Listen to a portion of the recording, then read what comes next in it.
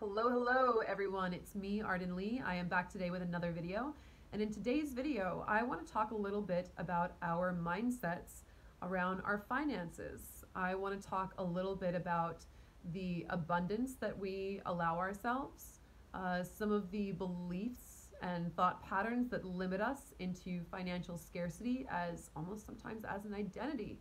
And specifically, I want to offer a reframe around the idea of what we can afford versus what we cannot afford. And I want to look at the ways that we can use our language to phrase things differently so that we are opened up to more and more possibilities for the abundance that we can receive, more and more ideas of how we might receive such abundance that open up our minds to creating those pathways for ourselves if we choose to focus our energy in those directions. So before I jump into that, if you're not already familiar with me and my work, my name is Arden Lee, and I am the creator of the Repatterning Project, which is an 8-week course where we hack our beliefs and our self-imposed limitations. We examine all the patterns that we've taken on that have imprinted themselves on us throughout our lives and our human experience. And we examine them to see which of them are serving us and which ones of those we may want to repattern, reprogram, rewire so that we can gear our lives towards happiness, success, abundant, and the fulfillment and achievement of our goals. So if that sounds like something you're interested in, go ahead and look at the description box where I have a link to the PDF guide about the Repatterning Project so you can learn more about what we do. And I also have a link to the Repatterning Parlor, which is the Facebook group that I moderate, and that is full of like-minded individuals who are looking to come together and support each other on their paths toward personal growth, happiness, and fulfillment. So if that sounds like something that you're interested in, go ahead and join the group. We would love to see you there. It's free, and you can learn a little bit more about what we do and get involved. So I would love to see you there. All right, so let's talk a little bit more about money. So I want to acknowledge, first of all, that I have experienced a great deal of defensiveness around money, some of which has been from myself personally, and some of which has been from from other people. Maybe I'm seeing my own beliefs sometimes reflected back to me. Who knows? But oh man, never have I encountered a subject like money where people seem to be so entrenched into believing the limitations that are upon them. And I also understand that we live in times of huge disparity in economic privilege. And there is so much out there to feel righteously angry about in the ways that our society is taking care of us or not taking care of us, so to speak. In the ways that wealth is unevenly distributed, in the greed of our current administration, in the greed of all the corporations who are using their influence to try and control those around us, and who are not giving back or looking to support others outside of themselves.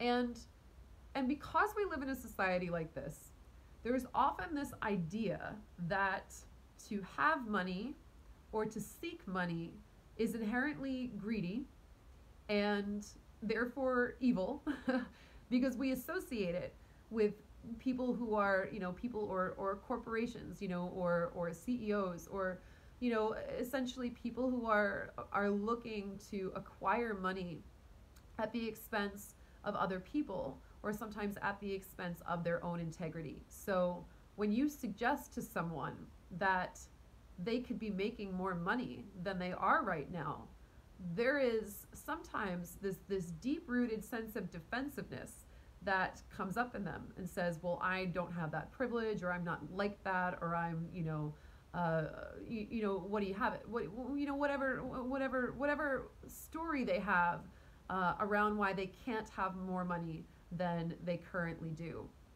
And I think what's really interesting about that is I was certainly in a lot of financial scarcity mindsets for a great deal of my life. I've had pretty severe money trauma happen to me in the past. I've had all of a sudden, like 5-figure sums that I've just lost. I've times where I've lost like 80% of everything that that I had to my name, just gone, as a result of either trusting the wrong people, or investing too much in people, or having people flat out steal from me or bounce rent checks to our shared landlord or whatever that I was ultimately responsible for paying the arrears of if I wanted to keep my home. So there's been a lot of in my past is filled with a lot of like, okay, there's money, but I need to like hang on to it. I need to keep it, because it can be taken from me at any time. And there was less of a focus on how I could actually start to bring in more money. There was less of a focus on, well, what could I be doing to put myself into better financial circumstances, or even in times when I actually had a pretty decent savings account, there were times in my life where I still felt like it was scarce because I still felt like it could be taken from me at any time. And I didn't have that confidence to know that I could generate money whenever I needed to. So specifically in this talk today, I want to talk specifically about this belief, this one sentence that we say, which is, I can't afford it. And I want to offer a reframe to that specific sentence, that even if this is all you do, even if this is all that you take out of this video, I guarantee you it's going to be helpful in opening up your mind in some possible way. So when some people, when there's something that's on offer to them, or they see something that is, currently out of their budget range, and their immediate first impulse is to say, I can't afford that, I would really like to invite you to start looking at, instead of just saying, well, I can't afford that, that's not accessible to me, I would invite you to start looking at, well, what would it look like if I could afford it? What would it take for me to be able to afford this? What would it take for me to be able to allot a budget to this purchase that I want to make, to this investment that I want to make in myself, for example, and to feel good about that, to not feel like I'm in scarcity, or like, or like I just don't have the money for that. Because oftentimes just rephrasing that sentence and saying, I would love to afford that, but at this moment I need to prioritize my other expenses if I am to sustain myself. Do you notice immediately how the energy of that changes from I can't afford that to I would love to be able to afford that, but right now I'm prioritizing budgeting for other things so that I'm better able to sustain myself? Wow, that feels really healthy. That feels really abundant, actually. And that idea opens up possibilities for the future. Well, what would it take for me to be able to afford that? How much money would I need to be making for myself in order to justify spending it on this thing that I want? And from there, you can start to look at that and look at that discrepancy and look at ways for you to be able to bring in more money, and to understand that money is an exchange of energy. Is really, at the end of the day, money is just something that we have an energetic relationship with. And even though we certainly live in times where there is, as I said, great inequality in terms of privilege, and especially in terms of financial privilege, it feels so much like taking on this mindset is to deny the fact that there is economic inequality that we all suffer from, and that certain things are harder for people than for others. So what I want to invite you to do is I want to invite you to have just more compassion and more softness around allowing for the possibility that more and more financial abundance might come your way. So, for example, what could you do in this immediate moment to start bringing in more money? Maybe you have a day job, but maybe this is something where you're like, you know what? I'm pretty good at knitting. I don't know, I just pulled that off the top of my head. I'm pretty good at knitting. And the holidays are approaching. Maybe I could put up a store on Etsy, and that way I could monetize my hobby that I like to do anyway, and I could knit things and sell them, and people might want to buy them. Or you might say to yourself, um, I'm working a day job and I'm just making what I'm making right now, but I really love writing. And in the evenings, I think what I'm going to do is I'm going to work on this novella that I want to write, and I'm going to self-publish it on Amazon. And then I'm going to, Amazon, speaking of economic disparity, but, I'm going to self-publish it. I'm going to make it available online, and then I'm going to promote it. And I'm going to, create maybe like a Facebook group for people who like books like mine. Maybe it's like sci-fi or fantasy or stuff like that, and I'm gonna create this free group so I have people coming in, and then I'm gonna promote my book to them, or whatever it is. What I want you to be able to do is I just want people to be able to stop saying, oh, I can't afford that, and just dismiss things out of hand, and start looking at, well, what would it look like if I could afford that? How much money would I have to be bringing in per month in order to have enough abundance to afford this thing that I really kind of want, that I'm trying to convince myself that maybe I don't want, because right now it feels bad that I think I can't afford it, right?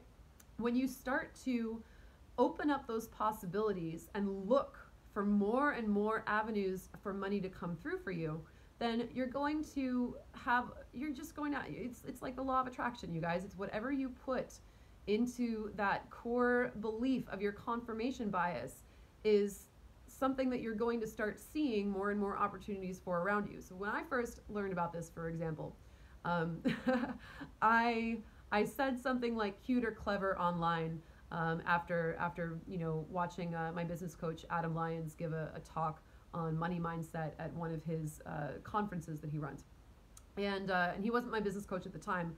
We were just friends and colleagues. I was actually working there for him as a dating coach, because this was a couple of years ago, and he gave this talk on being able to see where money could come to you just anywhere. It's like almost like having, that extra kind of vision, like, it sounds like a silly analogy, but when I used to take parkour classes, we used to talk about parkour vision. And parkour vision means you can go out in an urban environment, or in any environment really, and see where all of, the kind of parkour combinations you might be like, oh, I could do, strides across those beams, and then I could Kong over that rail or whatever. Like, you can see all the ways that you would just, bounce off of your surroundings, like we do in parkour.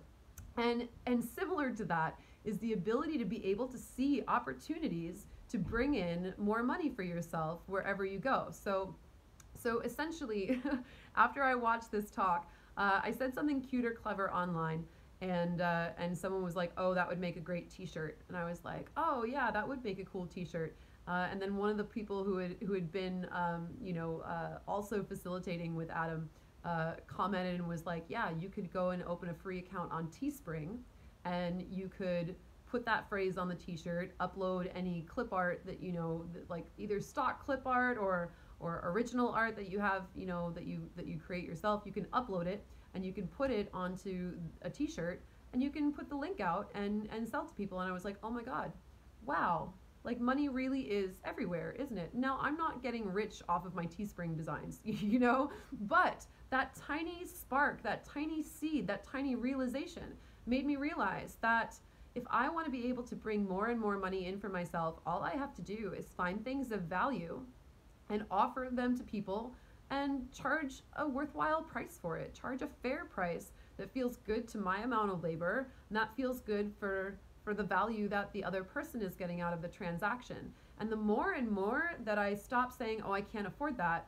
and the more and more I start saying, well, what would it take for me to be able to afford that? The more and more I start seeing all those pockets where I can open up myself to receiving more financial abundance. So if nothing else, if you get nothing else out of this video, I would really encourage you just to start reframing your intentional language on what you can and cannot afford, and just being able to say, hey, you know what, I'm prioritizing other expenses right now, but I look forward to the time in the future when I'm able to afford that too. That's going to change your entire relationship to money. It's just such a small change, but it will make big ripples overall.